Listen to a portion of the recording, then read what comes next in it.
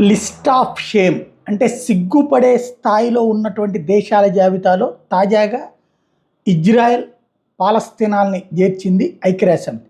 అయితే దాంతోపాటు టర్కీని కూడా చేర్చడం మీదన ఆగ్రహం వ్యక్తం చేసింది. ఏదైతే టర్కీ తాజాగా ఏదైతే మరొక వైపున టర్కీ ఆగ్రహంతో పాటు ఇజ్రాయెల్ తీవ్ర ఆగ్రహం వ్యక్తం చేసింది. ఐక్యరాజ్యసమితి ఏమంటుందంటే ఏదైతే లిస్ట్ ఆఫ్ షేమ్ అని ఎందుకు చెప్పారంటే 8,000 మంది పిల్లలు యుద్ధం సందర్భంగా చనిపోయారు. గాజాలో ఇజ్రాయెల్ దాడుల కారణంగా చనిపోయింది 8,000 మంది. ఇది హమాస్ వాళ్ళు ఇచ్చినటువంటి రిపోర్టు అన్నటువంటిదేమో ఇజ్రాయెల్ చెప్తోంది.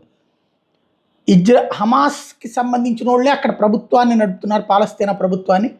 వాళ్ళు ఇచ్చిన రిపోర్ట్ ఆధారంగా ఐక్యరాజ్యసమితి నివేదిక ఇచ్చేసింది. ఐక్యరాజ్యసమితి ఈ లిస్టులో చేర్చేసింది.